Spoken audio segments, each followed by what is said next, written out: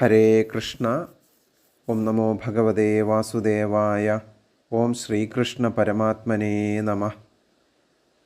81 ദശകം, അതിൽ 9-ാമത്തെ ശ്ലോകമാണ് നമ്മൾ ഇപ്പോൾ നോക്കുന്നത്. കഴിഞ്ഞ ശ്ലോകത്തിൽ നമ്മൾ മനസ്സിലാക്കി ഭൗമാസുരനെ ഭഗവാൻ നിഗ്രഹിക്കുകയാണ്.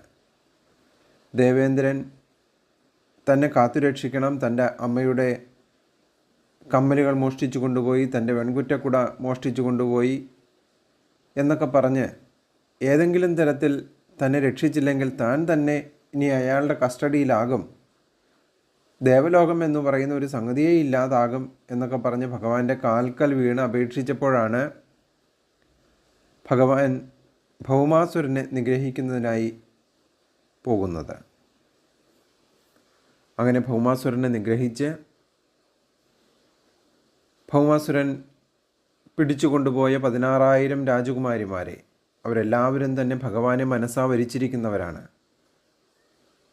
ഭഗവാൻ മാത്രമായിരുന്നു അവരുടെ ഉള്ളിലുണ്ടായിരുന്നത്. അങ്ങനെയുള്ള 16,000 രാജകുമാരിമാരെ ഭൗമാസുരൻ്റെ പിടിയിൽ നിന്നും മോചിപ്പിച്ച് അദ്ദേഹത്തിൻ്റെ മകനെ രാജാവായി വാഴിച്ച് അവിടെ ഉണ്ടായിരുന്ന സ്വത്തുക്കളും ആനയെയും മറ്റുമെല്ലാം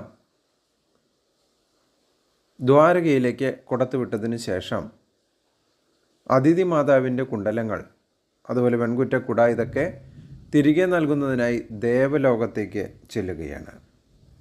അതാണ് ഈ ശ്ലോകത്തിൽ പറയുന്നത്.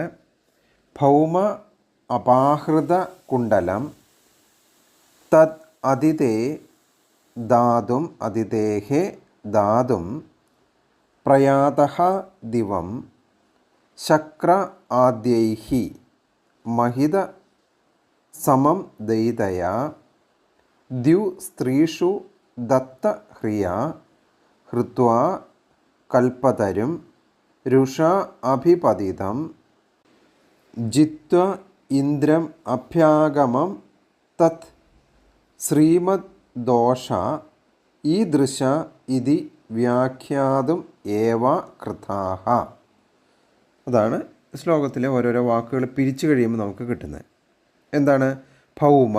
ഭൗമാസുരൻ അപാഹൃത മോഷ്ടിച്ചു കൊണ്ടുപോയ കുണ്ടലം എന്ന് വെച്ചാൽ കമ്മൽ, കർണാഭരണം എന്ന് നമുക്ക് പറയാം.